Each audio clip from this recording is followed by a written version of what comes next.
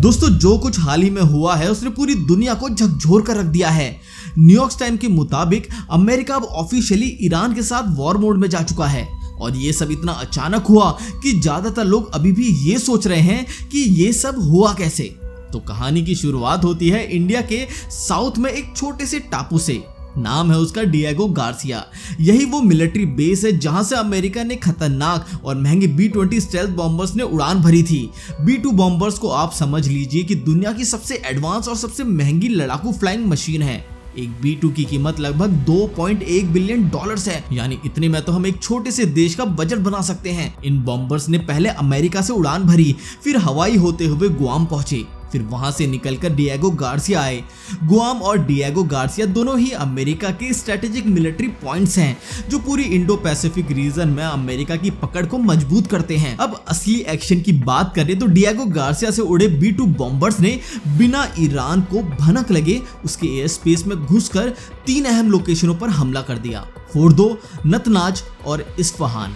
ये तीनों जगह ईरान के न्यूक्लियर प्रोग्राम का सेंटर मानी जाती है और यही तो अमेरिका को रोकना था। अब चूंकि B-2 बॉम्बर स्टेल्थ बॉम्बर हैं तो इन्हें पकड़ पाना आसान नहीं होता। ईरान के पास चाहे जितना भी एडवांस एयर डिफेंस सिस्टम हो, ये बॉम्बर्स आराम से उनके ऊपर मंडराते हुए बम गिराकर निकल लिए। कोई रडार नहीं पकड़ पाया, कोई मिसाइल नहीं दागी गई, यानी अमेरिका ने एक तरह से सर्जिकल स्ट्राइक का इंटरनेशनल एडवांस वर्जन कर दिया। यहां तक कि ट्रंप ने खुद सामने आकर एक ऑफिशियल स्टेटमेंट दिया कि ये ऑपरेशन पूरी तरह से सक्सेसफुल रहा और उन्होंने दुनिया के सबसे खतरनाक स्टेट स्पॉन्सर ऑफ टेररिज्म यानी कि ईरान को न्यूक्लियर वेपन बनाने से रोक दिया। अब इस पूरे ऑपरेशन की प्लानिंग की बात करें तो भाई सच में लाजवाब है। अमेरिका ने डिकॉय बमर्स भी भेजे थे ताकि रूस और चीन जो ईरान की मदद कर रहे थे कंफ्यूज हो जाए, यानी वेस्ट से कुछ नकली बमर्स भेजे जिससे ईरान के रडार उसी तरफ फोकस हो जाए और असली B-2 बॉम्बर्स ईस्ट की तरफ से घुस आए। और हुआ भी वही। ईरान को खबर तक नहीं लगी कि कब बम गिरे और कहां से।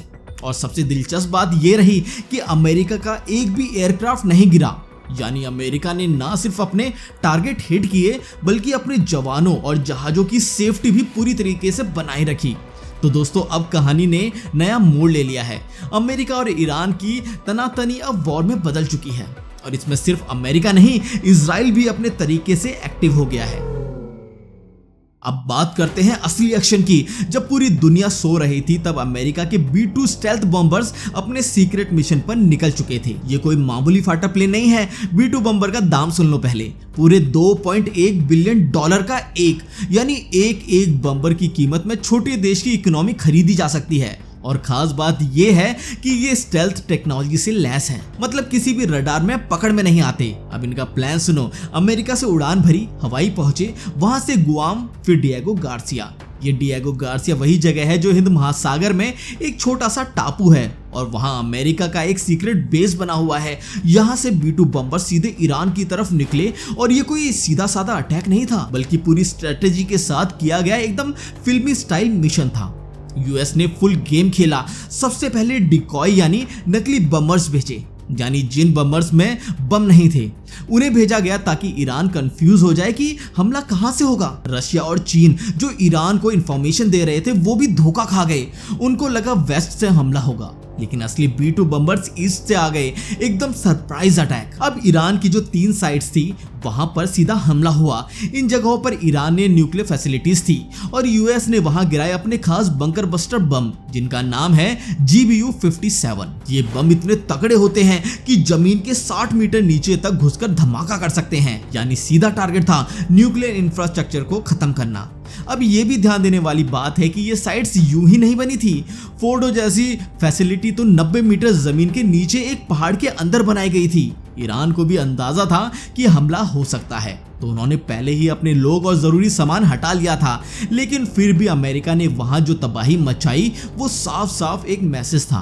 बड़ी बात ये थी कि एक भी अमेरिकी बम्बर नहीं गिरा, यानी मिशन पूरी तरीके से अमेरिका की तरफ से सक्सेसफुल रहा।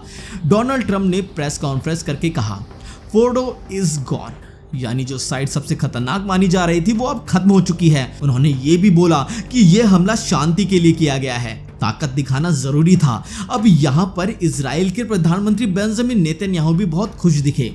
उन्होंने तो सीधा ट्रम्प को बधाई दी और बोला कि अमेरिका ने जो किया है वो इतिहास बदल देगा। मतलब अब मिडल ईस्ट में नई कहानी शुरू होगी। शांति ताकत के दम पर ही आती है। तो भाई अब हालात बहुत टेढ़े हो गए हैं। अमेरिका खुलकर सामने आ गया है और ईरान की तरफ से भी जवाबी कार्रवाई का खतरा मंडरा रहा है। लेकिन अमेरिका ने ये ऑपरेशन करके पूरी दुनिया को दिखा दिया कि जब वो एक्शन में आता है तो उसकी ताकत कोई छुपा नहीं सकता। अमेरिका ने अपना गेम खेल दिया, स्टेल्थ बम्बर्स भेजे, टॉप सीक्रेट ऑपरेशन किया और ईरान के न्यूक्लियर साइट्स को तगड़ा नुकसान पहुंचाया। अब सवाल ये है, ईरान क्या चुप बैठा रहेगा? जवाब है बिल्कुल नहीं।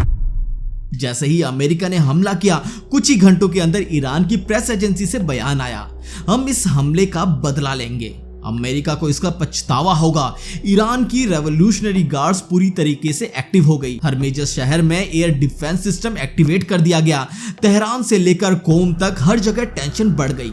मस्जिदों से ऐलान होने लगे, जंग शुरू हो चुकी है, दुश्मन हमला कर चुका है। अब देखो, ईरान की ताकत सिर्फ उसकी आर्मी नहीं है, उसका सबसे बड़ा हथियार है प्रॉक्सी वॉर। यानी वो सीधा लड़ाई नहीं करता, लेकिन अपने ग्रुप्स जैसे हिजबुल्लाह, हौती और पीएमएफ के जरिए हमला करता है। तो हमले के एक दिन बाद ही इराक में अमेरिकी बेस पर रॉकेट अटैक हुआ। उसके पीछे था एक ईरान समर्थित मलेशियाई ग्रुप।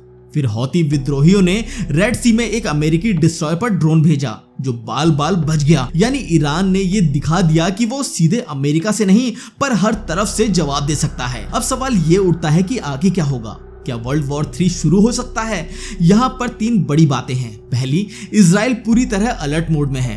नेतन्याहू ने आईडीएफ को फुल रेडी मोड पर डाल दिया है। गाजा, लेबनान बॉर्डर और गोलन हाइट्स सब जगह सैन्य मूवमेंट बढ़ गई है। अगर हिजबुल्लाह ने कोई बड़ी हरकत की तो इजराइल जवाब देने में देर नहीं करेगा। दूसरा, अमेरिका चाहता है कि मामला यहीं शांत हो जाए। ट्रम्प का बयान आया, हम नहीं चाहते जंग हो, लेकिन अगर कोई हमारे लोगों पर हमला करेगा तो हम चुप नहीं बैठेंगे। यानी अब अमेरिका चाहता है कि ईरान समझदारी दिखाए और प्रॉक्सी अटैक बंद करे। तीसरा, सऊदी अरब और यूएई भी चिंतित हैं, क्योंकि इन देशों में बहुत सारे अमेरिकी बेस हैं और वो भी ईरान रडार पर हैं। खासकर अल उदैद एयरबेस जो कतर में है और नेवल बेस बहरीन में, ये सब अब टारगेट बन सकते हैं और इन देशों ने अपने नागरिकों को हाई अलर्ट पर डाल दिया है। अब देखो, अगर ईरान ने कोई बड़ा जवाब दिया, जैसे इजराइल पर मिसाइल फायर किया या स्ट्रेट ऑफ हॉर्मुज को ब्लॉक किया, जहां से दुनिया का 20% तेल आता है, तो पूरी दुनिया की इकोनॉमी हिल सकती है। क्रूड ऑयल की कीमतें बढ़ना शुरू हो चुकी हैं। अब जब अमेरिका ने ईरान पर सीधा हमला कर दिया है, 3 न्यूक्लियर साइट्स पर बम गिराए जा चुके हैं, ट्रंप दुनिया को ऐलान कर चुका है कि मिशन सक्सेसफुल रहा। तो असली सवाल अब उठता है कि बाकी दुनिया क्या कर रही है, खासकर वो देश जो खुद को सुपर पावर कहते हैं या जो यूएस की हर चाल को शक की नजर से देखते हैं। जी हाँ, बात हो रही है रूस, चीन और भारत की। सबसे पहले बात करते हैं चीन की। चीन को आज के समय में दुनिया का सबसे बड़ा कारोबारी देश माना जाता है और उसका सीधा इंटरेस्ट मिडिल ईस्ट में है, खासकर ईरान में। चीन ने ईरान के साथ एक $400 बिलियन की लंबी डील साइन कर रखी है, जिसमें तेल, गैस, इंफ्रास्ट्रक्चर से लेकर डिफेंस तक सब शामिल है। अमेरिका के इस हमले से चीन को 2 झटके लगे हैं। एक तो तेल की सप्लाई पर खतरा और दूसरा उनके अपने निवेश पर। और यही वजह है कि चीन ने इस हमले की निंदा करते हुए कहा है कि यह हमला इंटरनेशनल लॉ के खिलाफ है और मिडिल ईस्ट की स्थिरता को खतरे में डालता है। लेकिन क्या चीन कुछ एक्शन लेगा? शायद नहीं, क्योंकि चीन को भी पता है कि अमेरिका से सीधा पंगा लेना मतलब अपने कारोबार को खतरे में डालना। वो शायद बैक चैनल से ईरान की मदद करे, लेकिन खुलकर मैदान में नहीं उतरेगा। अब आते हैं रूस पर। रूस की पॉलिसी हमेशा से ये रही है कि अगर अमेरिका कोई बड़ा कदम उठाए तो जवाब जरूर देना चाहिए, चाहे वो बयानबाजी से हो या किसी प्रॉक्सी के जरिए। रूस ईरान का पुराना दोस्त है, खासकर सीरिया के वॉर में दोनों ने साथ मिलकर काम किया है। रूस के पास दुनिया के सबसे पावरफुल एयर डिफेंस सिस्टम है S-300, S-400 और उसने पहले भी ये ईरान को देने की बात कही है। तो ये मुमकिन है कि अब रूस खुले तौर पर ईरान को मिलिट्री सपोर्ट दे, ताकि अगली बार जब यूएस बमबारी करे तो कुछ जवाबी कार्रवाई भी हो। लेकिन रूस अभी फिलहाल अपनी यूक्रेन वाली लड़ाई में उलझा है, तो फुल फोकस शायद उधर ही रहेगा। फिर भी दुनिया को एक मैसेज देने के लिए रूस जरूर कड़ा स्टैंड ले सकता है। और अब बारी है भारत की। भारत की पोजीशन सबसे दिलचस्प है। एक तरफ अमेरिका से गहरी दोस्ती है, डिफेंस डील्स, ट्रेड, टेक्नोलॉजी और क्वाड जैसी ग्रुपिंग। दूसरी तरफ ईरान से भी एक पुराना रिश्ता है। चाबहार पोर्ट, तेल और शिया मुस्लिम पॉपुलेशन को लेकर एक सॉफ्ट कॉर्नर। भारत फिलहाल हम शांति चाहते हैं वाला स्टैंड ले रहा है, यानी कि ना किसी का पक्ष ले रहे हैं ना खुलकर विरोध कर रहे हैं। लेकिन भारत की एक बड़ी चिंता है तेल की कीमतें। स्ट्रेट ऑफ हॉर्मुज अगर ब्लॉक हो गया तो भारत में पेट्रोल और डीजल की कीमतें आसमान छू सकती हैं और फिर इसका सीधा असर जनता की जेब पर पड़ेगा। तो कुल मिलाकर दुनिया की ये बड़ी ताकतें इस वक्त अमेरिका और ईरान के बीच की लड़ाई को दूर से देख रही हैं। सबकी अपनी चिंताएं हैं, अपने एजेंडा है, लेकिन कोई भी इस आग में खुद कूदना नहीं चाहता। मगर ये भी सच है कि अगर ये वॉर और फैला तो किसी को भी दूर बैठने का मौका नहीं मिलेगा, फिर चाहे वो रूस हो, चीन हो या फिर भारत। सबको किसी ना किसी रूप में इस खेल का हिस्सा बनना ही पड़ेगा। अब देखना यह है कि अगला कदम कौन उठाता है, ईरान का जवाब आता है या अमेरिका फिर से कोई चाल चलता है। फिलहाल दुनिया सांस रोककर यही देख रही है। तो दोस्तों, अब सवाल सिर्फ ईरान और इजराइल तक सीमित नहीं रहा। अब दुनिया की सबसे बड़ी ताकत अमेरिका भी इस टकराव में कूद चुका है, तो पूरी दुनिया पर इसका असर पड़ना तय है। ऐसे में क्या वक्त नहीं आ गया कि भारत, रूस और चीन जैसे जिम्मेदार और प्रभावशाली देश आगे आकर इस बढ़ती हुई जंग को रोकने की कोशिश करें? भारत की तो खास भूमिका बनती है, क्योंकि हमारे ईरान और इजराइल दोनों से मजबूत रिश्ते हैं। जब दो दोस्त आपस में भिड़ते हैं तो तीसरे को चुप नहीं रहना चाहिए, बल्कि सुलह की पहल करनी चाहिए। तो आप बताइए, क्या भारत को अब खुलकर आगे आना चाहिए? क्या रूस और चीन को मिलकर इस आग को फैलने से रोकना चाहिए? अपनी राय हमें कमेंट करके जरूर बताएं। अगर आपको लगता है कि यह सवाल पूरी दुनिया से पूछा जाना चाहिए तो इस वीडियो को शेयर करें ताकि आवाज दूर तक पहुंचे।